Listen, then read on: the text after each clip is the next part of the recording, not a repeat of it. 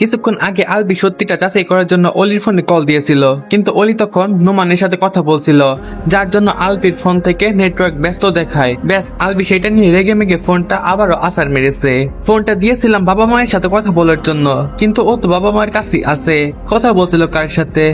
9 দিন হয়ে গেছে এই বাড়ি থেকে গেছে, আমাকে ভুল করেও একবার কল দেয়নি। তবে আমাকে কল না দিলেও অন্য কারোর সাথে ঠিকই কথা চলছে, আর আমি কিনা এখানে ওনার কথা ভেবে ভেবে পাগল হয়ে যাচ্ছি। এটা সত্যি যে কেউ কিছু সহজে পেয়ে গেলে সেটার মূল্যায়ন করে না। ভোরের আলো ফুটতে শুরু করেছে। মায়ের ডাকে অলির ঘুম ভাঙে। ফজরের নামাজ আদায় করে সে বাড়ির পাশে থাকা বাগানে আসে।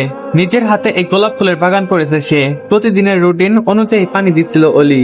গোলাপ ফুল তার ভীষণ প্রিয়। ভোরের এই স্নিগ্ধ আবহাওয়ায় অলির কাছে দারুণ লাগে। অলি সচরাচর ফুল ছেড়ে না, তার মতে ফুল গাছেই সুন্দর, হাতে নিলে সেটা সৌন্দর্য নষ্ট হয়ে যায়। তবে ফুলের ঘ্রাণ নিতে সে ভীষণ ভালোবাসে। অলি সবগুলো গাছে পানি দিয়ে একটা ফুলের দিকে ঝুঁকে ঘ্রাণ নিতে যায়। ফুলের পাপড়ি তার নাকে লাগা মাত্রই সে হাসি দিতে লাগলো। হঠাৎ করে এরকম হওয়াতে অলি কিছু দূরে সরে যায়। এর আগে এরকম কখনো হয়নি। আচমকা তার হাত পাও চুলকাতে শুরু করেছে। আল্লাহ, আমার গায়ে কি হতে লাগলো? অলি হাত পা চুলকাতে চুলকাতে বাড়ির ভেতরে চলে আসে। আসমা বানু রান্নাঘরে ব্রেকফাস্ট বানাচ্ছিল। মা, ও মা, আমার গায়ে কি যেন লেগেছে, অনেক চুলকাচ্ছে। অলির ডাকে আসমা বানু বসার ঘরে আসেন। এসে অলির এরকম অবস্থা দেখে সে অনেক ঘাবড়ে যায়। অলির হাত পা কিছু অংশ লালচে হয়ে গেছে। এই কি লেগেছে? অলি সোফায় বসে পা চুলকাতে লাগলো। জানি না মা, হয়তো বিস্তুটি পাতা লেগেছে, অনেক চুলকাচ্ছে। আসমা বানু অলির দিকে এগিয়ে গেলেন। বাগানে এত কিছু থাকতে পারে, সেই জন্য বলেছি এই অবস্থায় বাগানে যেতে হবে না, কিন্তু তুই তো আমার কথাই শুনলি না। তোর তো আজকে পরীক্ষাও আছে। একটা কাজ কর, একেবারে গোসল করে আয়। অলি মাথা নাড়িয়ে গোসল করতে চলে গেল। সকাল 10টা। আলবি নিজের রুমে বসে আছে। আজকে সে না তো অফিসে গেছে আর না তো হসপিটালে গেছে। সকাল থেকে রুমের দরজা খুলেনি। তার ভালো লাগছে না কিছুই। আলবি ল্যাপটপের মাধ্যমে সোহেলকে মেল পাঠালো। ছবিগুলো চেক করার পর ফটোগ্রাফার কি বলেছে। কয়েক মিনিট যেতেই ওপর পাশ থেকে রিপ্লাই আসছে, স্যার বলেছে ছবিগুলো 95% অরিজিনাল, বাকিটা এডিট করা। আলবি আর কোনো রিপ্লাই দিল না। কিছুক্ষণ যেতেই সোহেল আবারও মেল পাঠায়, স্যার আজকে কি আপনি আসবেন না? আলবি রিপ্লাই দিল, না আমি ব্যস্ত আছি। কিছুক্ষণ যেতেই সোহেল আবারও মেল পাঠালো, স্যার আপনি হয়তো ভুলে গেছেন আমাদের সবচেয়ে বড় প্রজেক্ট ডেডলাইন আজ। টিমের রিভিউ মিটিং আজ দুপুর। সিইও হিসেবে আপনার নির্দেশনা দরকার, না হলে ঠিক সময়ে কাজ শেষ হবে না।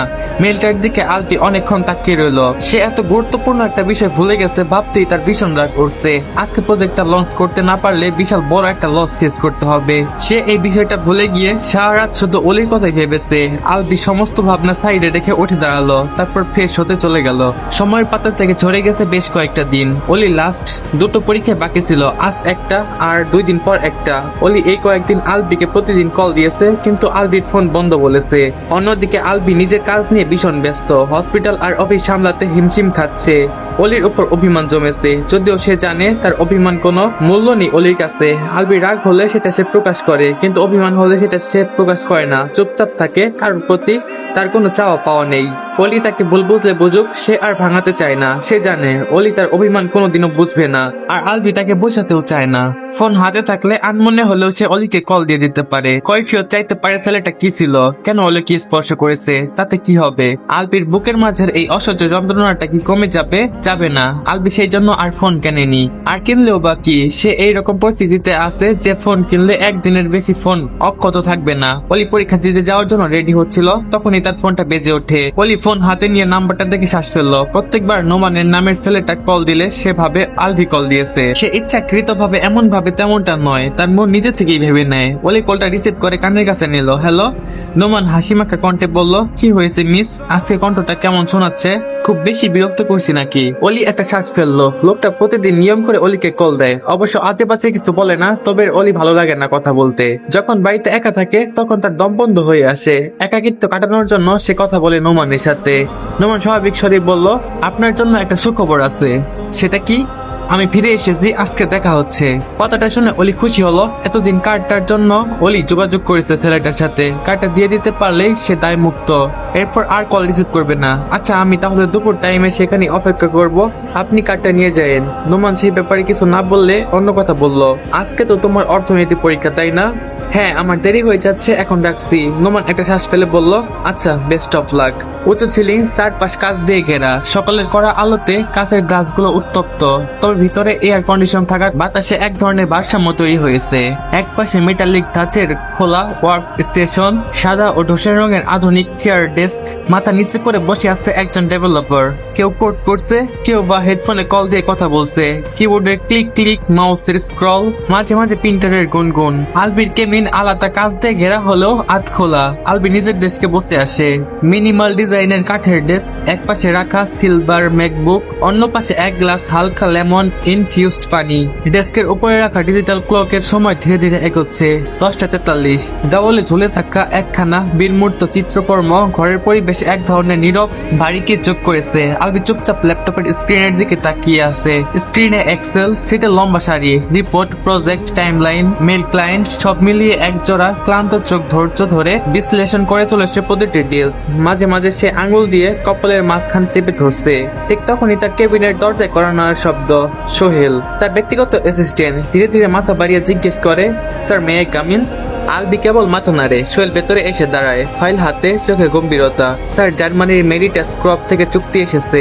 ওরা একটা হাই এন্ড হসপিটাল সফটওয়্যার তৈরি করতে চায়। AI diagnostic, patient tracking, remote monitoring সব থাকবে। চুক্তির প্রাথমিক মূল্য 2.8 মিলিয়ন ইউরো। কিন্তু তারা বলেছে সিওর স্বাক্ষর ছাড়া প্রজেক্ট চালু হবে না। আলবি গম্ভীর স্বরে বলল, তুমি ফাইলগুলো রেখে যাও, আমি চেক করে সাইন করে দেব। সোহেল চলে যেতেই আলবি চুপচাপ কিছুক্ষণ তাকিয়ে থাকে ডেস্কের রাখা ফাইলের দিকে। বাইরের দিকে তাকালে দূরে ঢাকা শহরটাকে যেন একটা বিরাট সিস্টেমের মতো মনে হয়। প্রতিটা মানুষ যেন একটা করে প্রসেসে চলছেই। অফিসের চারপাশে তখনও একই ফ্রন্টে কাজ চলছে। করিডোরের এক টিম লিড হেঁটে যাচ্ছে কনফারেন্স রুমের দিকে। এক অন্যরকম পৃথিবী, যেখানে সময় চলে শৃঙ্খলার গতিতে। আর আলবি সেই পৃথিবীর মূল চক্রের একজন। তার সিদ্ধান্তে নির্ভর করে কয়েকশো কর্মীর পরবর্তী দিক নির্দেশনা। আলবি পুনরায় ল্যাপটপের স্ক্রিনের দিকে ফোকাস করলো। ঠিক তখনই তার স্ক্রিনে একটা মেইল আসে। আলবি মেইলটা ওপেন করতেই একটা লেখা ভেসে উঠলো, শুধু অফিসে মনোযোগ দিলেই হবে মিস্টার তাসনিম মির্জা। ওইদিকে তো আপনার ওয়াইফ নতুন প্রেমিক নিয়ে কফি খেতে যাচ্ছে। আপনার উপর আমার করুণা হচ্ছে জানেন তো। বেশ খুঁজে খুঁজে একটা পিচ্চি মেয়েকে বিয়ে করেছিলেন, ভেবেছিলেন পিচ্চি বলে আপনি খুব সহজেই তার জীবনের প্রথম আর শেষ পূরণ হবেন। কিন্তু আফসোস, সেটা আর হলো না। আপনার অবস্থা দেখে মনে হচ্ছে আপনাকে বাকিটা জীবন অফিস আর হসপিটালের সাথে সংসার করতে হবে। মেইলটার নিচে একটা অ্যাড্রেস দেওয়া আছে। আলবি বেশ কিছুক্ষণ মেইলটার দিকে তাকিয়ে রইল। বিকাল 3টা। পরীক্ষা শেষে অলি আর শাইলা কমন রুমে বসে আছে। এই কয়েকদিনের মধ্যে ওই জেনে গিয়েছে যে শাইলার ভাই রিফাত হচ্ছে আলবির সেই বন্ধু রিফাত। তবে এই বিষয়ে অলি শাইলাকে কিছুই বলেনি। অলি পানি খেতে গ্লাসটা রেখে দিল। বেশ টেস্টটা পেয়েছিল। অলি এক হাতে মুখ মুছতে শাইলার উদ্দেশ্যে বলল, তুই একটু যাবি আমার সাথে? কোথায় যাব? ওই যে নোমান লোকটার বিষয়ে বলেছিলাম না, যে আজকে এসেছে, কার্ডটা ফিরে দিতে যাব। শালা এক মুহূর্ত ভেবে নিজের পেটে হাত রেখে বলল, আমার পিরিয়ড হয়েছে রে, বাড়তি প্যাড আনিনি, বাড়িতে যেতেই হবে। তাছাড়া আমার বাড়ি তো অনেক দূরে। অলি বুঝতে পারলো যে শাইলার উল্টো রাস্তায় তার বাড়ির দিকে গেলে শাইলার বাড়ি পৌঁছাতে দেরি হয়ে যাবে। তুই মন খারাপ করলি নাকি? মন খারাপ করিস না দোস্ত, আমার পেট ব্যথা করছে খুব, নইলে যেতাম তোর সাথে। আরে না রে, মন খারাপ করিনি, তুই বাড়িতে চলে যা, দুদিন পর দেখা হবে। অলি স্কুল থেকে বের হয়ে সেই রাস্তার মোড়ে এসে দাঁড়ালো। অলি চুপচাপ দাঁড়িয়ে আছে, কিন্তু দুটো লোক পাশের এক চায়ের দোকানে বসে তার উপরে নজর রাখছিল। কয়েক মিনিট যেতেই নোমান এসে অলির সামনে দাঁড়ায়। তার হাতে একটা গোলাপ ফুলের তোড়া, মুখে হাসি। নোমান ফুলটা এগিয়ে দিল অলির দিকে। অলি অপ্রস্তুত হয়ে পড়লো, এইসব কি? ফুলের তোড়া মিস, আপনি বলেছিলেন যে আপনি গোলাপ ফুল লাইক করেন, ভুলে গেলেন? কিন্তু এসব আমাকে দিচ্ছেন কেন? নোমান কিছুটা বিরক্ত হলো। মেয়েটা বেশি প্রশ্ন করে। মিস, এখানে অনেক রোদ, পাশে একটা ক্যাফে, চলুন আমরা সেখানে গিয়ে কথা বলি। অলির কপাল কুঁচকে এলো। ভদ্রভাবে বলল, আসলে আমাকে বাড়ি যেতে হবে, শরীরটা ভালো লাগছে না। আপনি আপনার কার্ডটা নিয়ে রাখুন দয়া করে। নোমান সরু চোখে অলির দিকে তাকায়। আপনার শরীর কি বেশি খারাপ লাগছে? অলি উপর নিচে মাথা নাড়ালো। তাহলে আমরা বরং কালকে দেখা করি, আপনি বরং কার্ডটা কালকে দিয়ে দিবেন। কেন, আপনি এখন নিবেন না? নোমান একগাল হেসে বলল, না, নেব না। আপনি ওই ক্যাফেতে গিয়ে আমার সাথে এক কাপ কফি খাবেন আর এই ফুলগুলো নিবেন, তারপরে আমি কার্ডটা নেব। অলি আশেপাশে তাকিয়ে দেখলো বেশ ভালোই মানুষ জমে আছে। তার ভয় পাওয়ার কারণে আপাতত আপনার কার্ড আপনার দরকার হলে নিবেন, নয়তো নিবেন না। আমি কেন যাব আপনার সাথে, আর এই ফুলগুলোই বা কেন নেব? নোমানের মুখের হাসি মিলিয়ে গেল। আপনি আমাকে এইভাবে বলতে পারলেন মিস অলি? আপনি ভুলে গেলেন আমি সেদিন যদি আপনাকে না বাঁচাতাম, তাহলে আপনি এই মুহূর্তে এই জায়গাতে দাঁড়িয়ে আমার সাথে এইভাবে কথা বলতে পারতেন না।